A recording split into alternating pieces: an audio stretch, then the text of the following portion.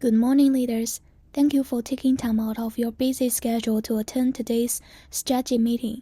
I'm Sun Xiaolei, and today I'm going to spend 10 minutes distilling for you insights into 4 key economic issues that will directly affect the direction of our future strategic decisions.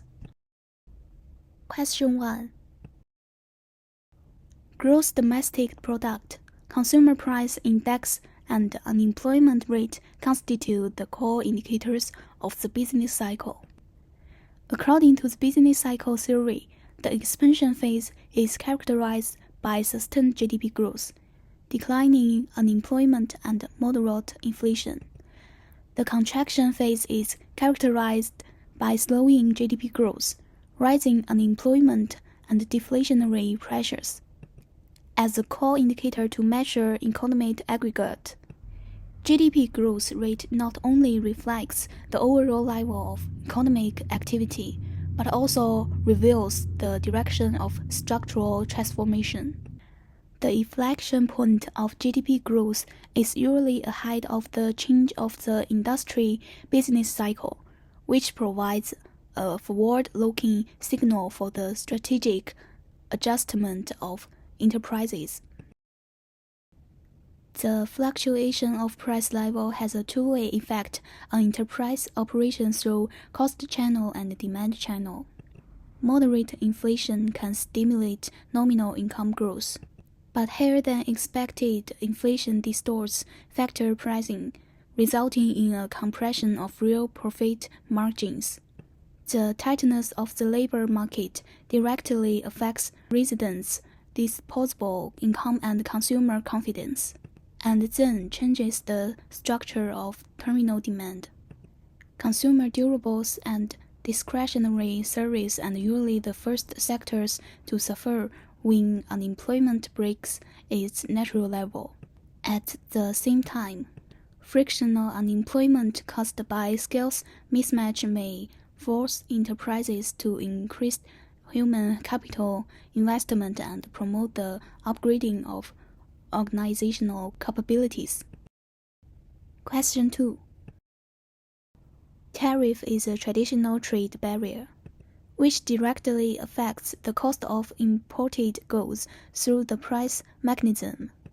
Impact on aggregate demand through net export channels.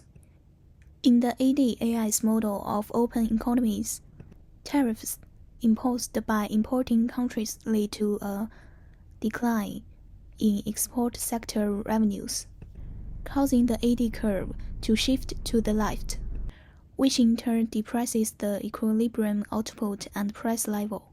The short-term aggregate supply curve is likely to change little. However, in the medium and long term, the lower return on capital in export-oriented industries will inhibit investment in technology upgrading, potentially weakening total factor productivity, and thus pushing the long-term aggregate supply curve to the left, creating a negative cycle of supply contraction and weak demand. Tariff shocks have multiple effects on the reshaping of inter-country trade patterns. Exporters affected by tariffs will accelerate the process of market diversification and promote the transfer of trade flows to regional free trade agreement partners. And this trade transfer in fact may restructure the division of labor in regional value chains.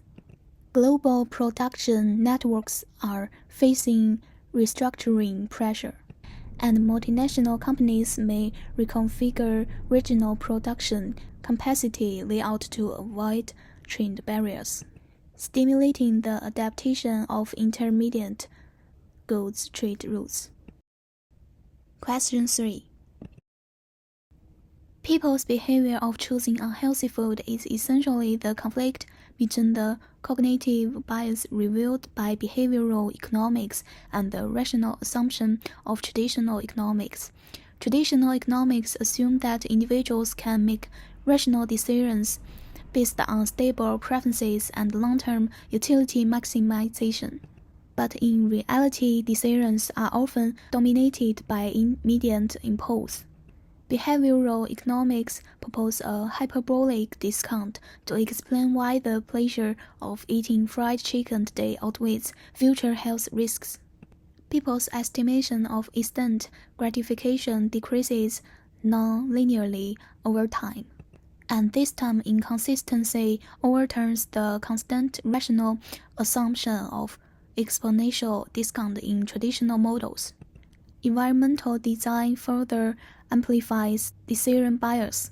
Fast food restaurants set high-calorie foods as the default meal option, using status quo bias to guide consumers to passive choices, which reveals that human decision-making is not completely free, but easily reshaped by external frameworks. When mood swings, the reinforcement of the dopamine system for short-term pleasure can also cause affective prediction bias, which makes individuals underestimate the interference of physiological impulses on rational judgment. More paradoxically, people often alleviate cognitive dissonance through the self-promise of starting a diet tomorrow, exposing overconfidence in self-control, and the stability preference assumed by traditional models cannot explain this dynamic psychological game.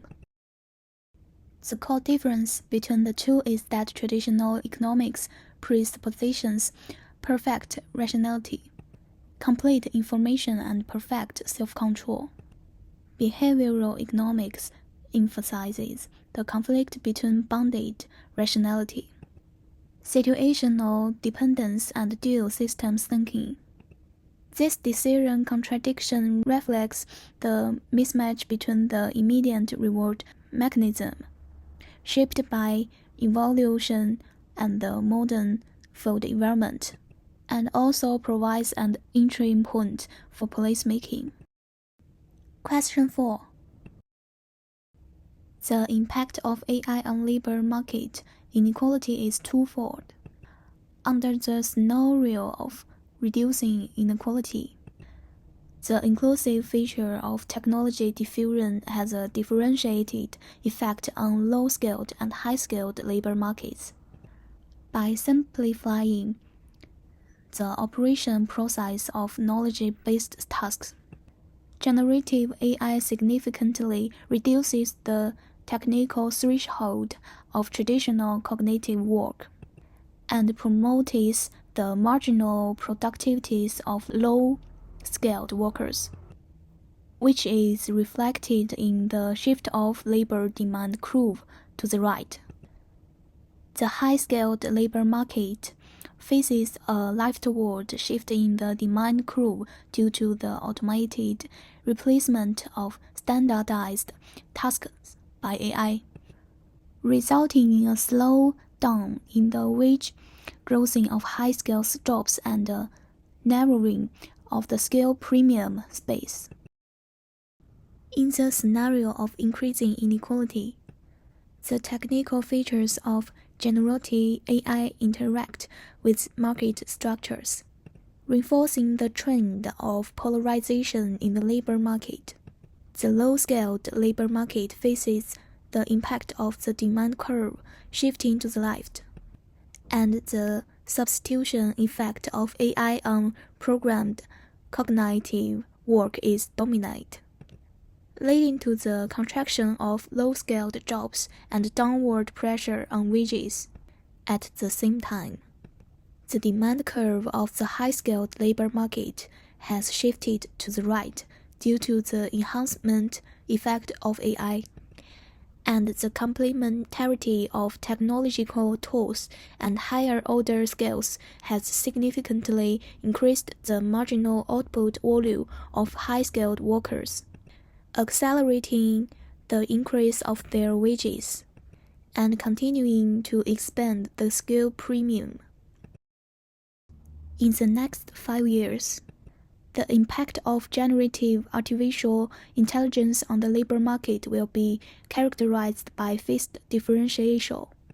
In the initial stage, the substitution effect of technology diffusion dominates the distribution pattern. Low-skilled jobs face structural unemployment pressure due to the acceleration of automation, and the bargaining power of workers continues to weaken. While high-skilled groups realize productivity transition through mind-machine collaboration, and the income gap is expanding. Thanks for listening.